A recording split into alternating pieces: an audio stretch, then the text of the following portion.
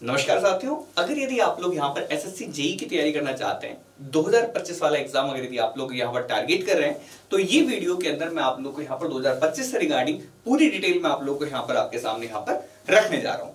सबसे पहले अगर यदि यहाँ पर मैं बात करूँ आप लोगों से, तो देखो ये एग्जाम जो है स्टाफ सिलेक्शन कमीशन के द्वारा होता है। साथ के साथ बता दूं, पोस्ट जो है आप लोग की यहाँ पर ग्रुप बी की रहती है।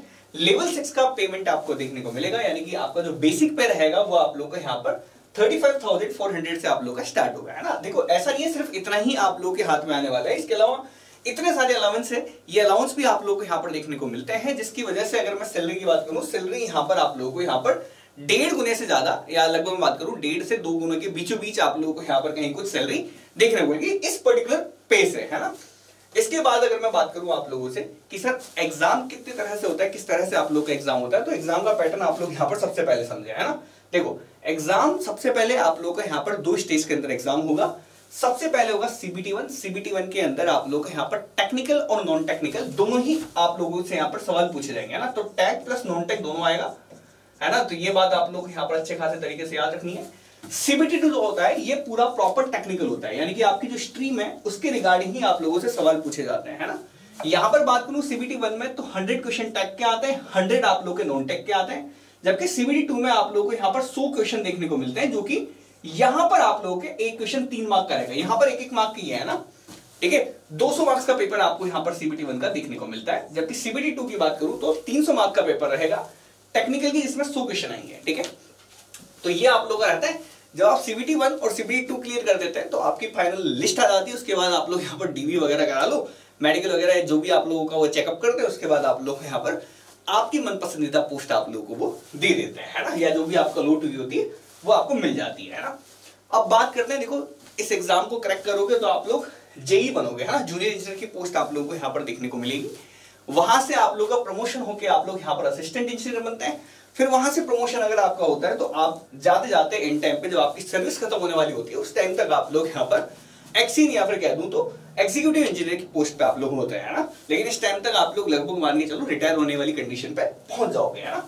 अब बात करते हैं आगे अगली डिटेल के बारे में। तो देखो अगली डिटेल है आप लोगों की, सर पोस्ट कौन कौन सी होती है इस पर्टिकुलर एग्जाम के अंदर। सबसे पहली बात करो, देखो BRO जिसको हम लोग कहते हैं border road organisation, military engineering services. साथ के साथ देखो ये कुछ जल शक्ति विभाग की, है ना, ये अलग एक्स्ट्रा भी आ जाती है ना कुछ कुछ। लेकिन जो इंपॉर्टेंट है आप लोगों को याद रखना है BRO, MES military engineering services, CPWD और CWC, है ना, ठीक है। ये 4 पोस्ट आप लोगों की यहाँ पर मेजर रहती है, यानी कि जितनी भी वैकेंसी आती है उनका 90% के आसपास आप लोगों की वैकेंसी इन्हीं के अंदर देखने को मिलती है ना। जिसके अंदर मैं बात करूं तो आप लोगों को यहाँ पर डिग्री डिप्लोमा दोनों आप लोग यहाँ पर पर्टिकुलर फॉर्म को फिल कर सकते हैं। लेकिन यहाँ पर याद रखना कि ये जो दोनों वैकेंसीज हैं BRO और MES वाली, इनके लिए आपको यहाँ पर क्या चाहिए, आपको यहाँ पर वर्किंग एक्सपीरियंस भी चाहिए होता है ना, वर्किंग एक्सपीरियंस भी चाहिए।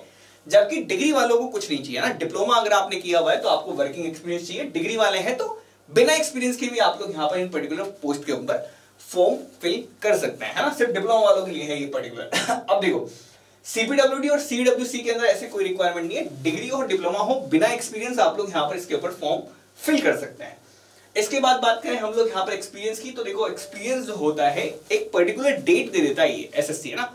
जब नोटिफिकेशन आएगा, नोटिफिकेशन के साथ साथ डेट लिखी हुई आएगी, उसी डेट पे इसको सारे सर्टिफिकेट चाहिए, उसी डेट के आसपास, उसी डेट से पहले वाले सारे सर्टिफिकेट चाहिए। जैसे इस साल की बात करूं, इस साल इन्होंने डेट दे दी थी अक्टूबर, 1 अक्टूबर। तो 1 अक्टूबर से पहले ही आपका एक्सपीरियंस भी हो जाना चाहिए आपके पास। और 1 अक्टूबर से पहले, जैसे इस साल वाली बात कर रहा हूं, जो आपका एग्जाम निकल गया है ना, तो जो लोग DV कराने जाएंगे उनके लिए कट ऑफ डेट पहले ही दे देता है वो, कि इस डेट से पहले का एक्सपीरियंस होना चाहिए।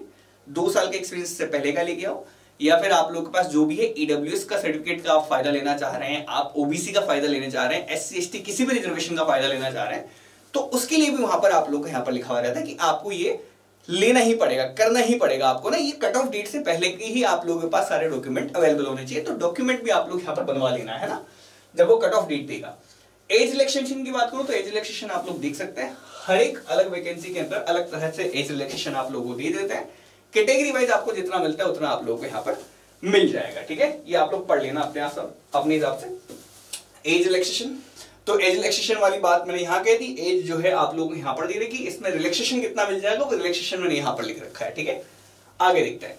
आगे है एसएससी जेई के अंदर पेपर 1 की कट ऑफ कितनी जाती है। देखो मैंने बोला 200 मार्क्स का पेपर होता है, 100 का टेक्निकल आएगा, 100 का नॉन टेक्निकल आएगा, है ना।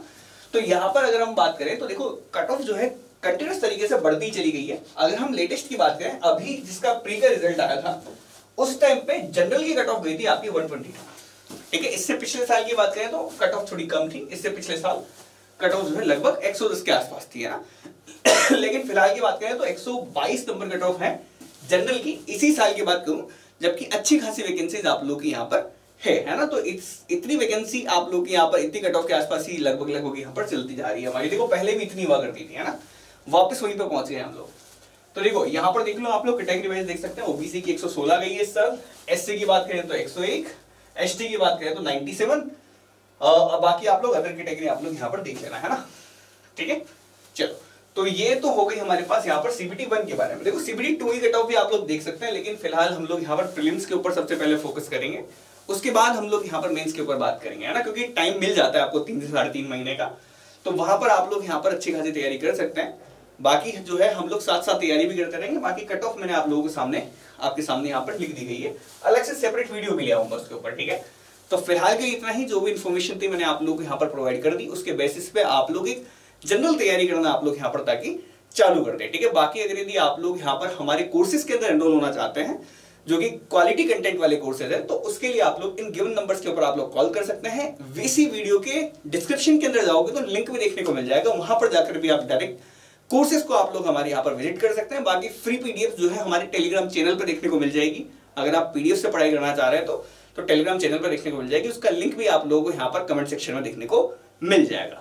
फिलहाल के लिए इतना ही, बाकी इसी रिगार्डिंग और भी अपडेट्स जैसे जैसे आती है वैसे वैसे मैं लेके आता रहूंगा, और भी अच्छे इंटरेस्टिंग वीडियो आप लोगों के सामने यहाँ पर लेके आता रहूंगा। फिलहाल के लिए इतना ही, मिलते हैं बाकी अगली वीडियो में, तब तक के लिए बाय, थैंक्स फॉर वॉचिंग।